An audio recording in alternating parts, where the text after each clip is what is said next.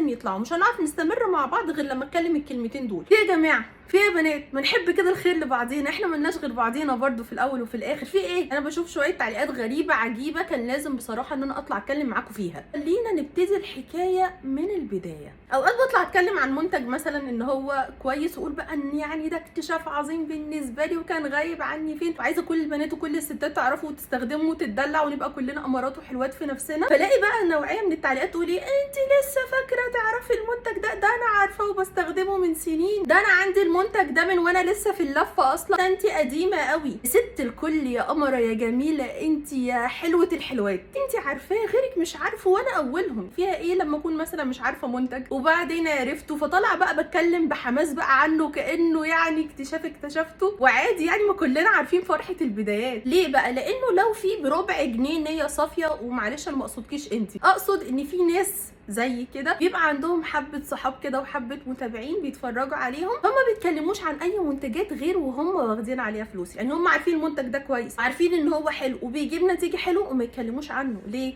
انا لازم الشركه تدفع لي، المنتج حلو وكل حاجه، وممكن ان انا اعرف البنات والستات عليه، بس انا ليه اتكلم على حاجه ما اخدتش عليها فلوس؟ طبعا في ناس كتير لا عادي بتجرب منتجات وتطلع كويسه وتطلع تتكلم عنها، بس اللي اقصد اقوله ان في بنات وستات كتير بيبقوا عارفين الحاجات الحلوه وما يرضوش يقولوا عليها لغيرهم. لو انا بس اللي البس الحاجه دي، انا بس اللي استخدم الحاجه دي، انا بس اللي ابقى ناصحه في الحته دي، انا مش كده خالص. في ناس تانية كتير ما بتحبش ان هي تعمل كده، بتحب هي تبقى عارفه بس الحاجه الحلوه لنفسها، انما ما تعرفش غيرها بيها. فلو حضرتك عارفه المنتج او عارفه المعلومه، في غيرك كتير قوي مش عارفينه، انت واخده بالك معايا؟ وده الحقيقه بياخدنا للنقطه اللي بعديها، وهي اني كل لما اقول على اي منتج ان هو كويس الاقي بقى تعليقات كتير، ده اعلان ده اعلان ده اعلان، ما انت لازم تقولي ان هو كويس عشان ده اعلان، وانت قابضه على الاعلان. في ايه يا ماما؟ في ايه يا حبيبتي؟ ما تهدي كده على نفسك شويه. بس انا مش هقول لك غير حاجه واحده، انا لو كل المنتجات اللي بتكلم عنها دي اعلانات، ما كانش زماني قاعده بكلمك كده فيس تو فيس، كان زماني دلوقتي بكلمك من جزر المالديفز على فكره. بس انا اوقات فعلا ببقى شايفه ان دي امانه، وانا لازم اقول الامانه دي، ان انا جربت حاجه كويسه وسعرها كويس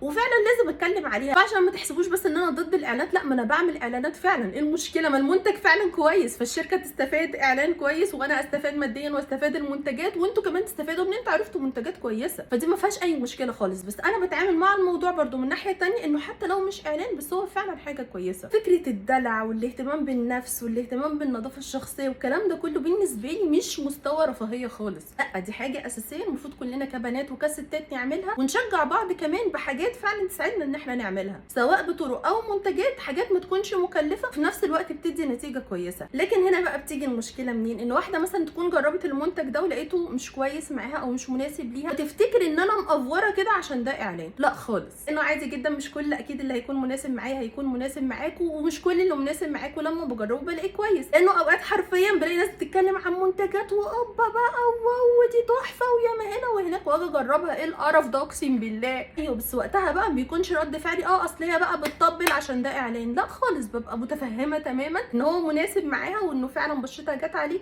بس هو مش مناسب معايا. فهو الموضوع بحبه صفاء كده ونقاء هيمشي، بس اللي هو في ناس بجد لازم تطلع اي حاجه وحشه في الموضوع. اما بقى بالنسبه للتعليق التالت، وهو انت فيديوهاتك طويله قوي، انت رغايه قوي، انت اختصري شويه في الكلام، في ايه كل ده كلام؟ والله زي ما بقول لك كده بيكلموني كاني شغاله عندهم. كويس ان انت عارفه ان انا رغايه، يعني ان حاجه مش بايديا طبع. يعني الله يرحم ايام ما كنت بعمل فيديوهات بالنص ساعه بقلب ميت عادي جدا. يعني دلوقتي بالنسبه لي ال7 وال10 دقايق ده انجاز، انت مش متخيله بعمل في نفسي ايه عشان الفيديو يطلع لك 7 دقايق. لا لا لا لا، ده قصه كبيره حضرتك. خلينا نتكلم طيب بجد شويه. اولا اسفه ان انا هاخد من وقت حضرتك الثمين، بس خليني اوضح لكم حاجه مهمه جدا، وهي انه الناس استيعابها مش زي بعض. يعني اوقات ممكن الناس مثلا تلقط المعلومه كده من اول مره، يتقال قدامها قلشه تعرف القلشه كده على طول. في ناس بيبقى استيعابها شويه بطيء، بتحتاج توضيح للمعلومه شويه. انا كنت كده وانا صغيره، كان كل اصحابي مثلا في المدرسه او في الجامعه فاهمين فاهمين.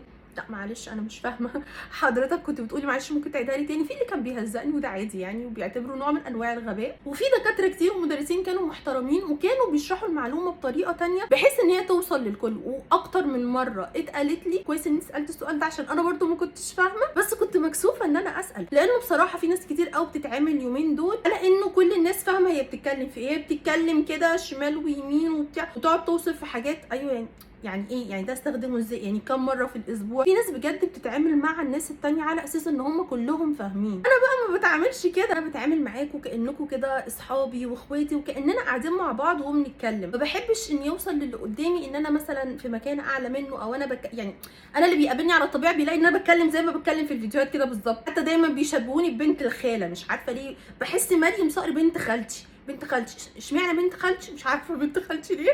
المهم يعني ان هم بيعتبروني بجد زي اختهم وصاحبتهم وبنت خالتهم، وانا الحقيقه بفرح بده قوي ان انا قدرت اوصل لهم ده، ان احنا كلنا قاعدين في قعده بنات مع بعضينا، مفيش حد احسن من حد ولا حد اعلى من حد، بنحاول ان احنا نفيد بعض مش اكتر من كده. فنهدى على بعض شويه يا بنات، نحب الخير لبعض ونهدى على بعض شويه، واعملوا حسابكم بجد ان انا باخد مجهود رهيب عشان اقدر اختصر المعلومه، لان انا من النوع اللي بحب ارغي معاكم قوي، يعني بحب الكلام معاكم جدا، وبحب اوضح المعلومه بكل الطرق بكل الاشكال عشان توصل لكل الناس سهله كده وبسيطه، ما يحسش ان هو الناس كلها فاهمه يعني وانا جت عليا مش فاهم حاجه ومش عارف حاجه. ما بحبش الاحساس ده يوصل لاي حد. وبس كده بناتي عزيزاتي وسيداتي، انتوا على راسي، عشان اوقات بلاقي بس تعليقات بيقولوا لي احنا بنتفرج على الفيديوز بتاعتك وبنوريها كمان لبناتنا، فانتوا بجد على راسي من فوق. واتمنى بجد ان انا اكون عرفت اوصل كلامي بشكل لائق. ان شاء الله اشوفكم في فيديوهات جايه كتير حلوه قوي، استنوا بقى الدلع كله في الفيديوز اللي جايه ان شاء الله. بحبكم جدا وبشكركم، واشوفكم ان شاء الله في الفيديو اللي جاي على خير. سلام.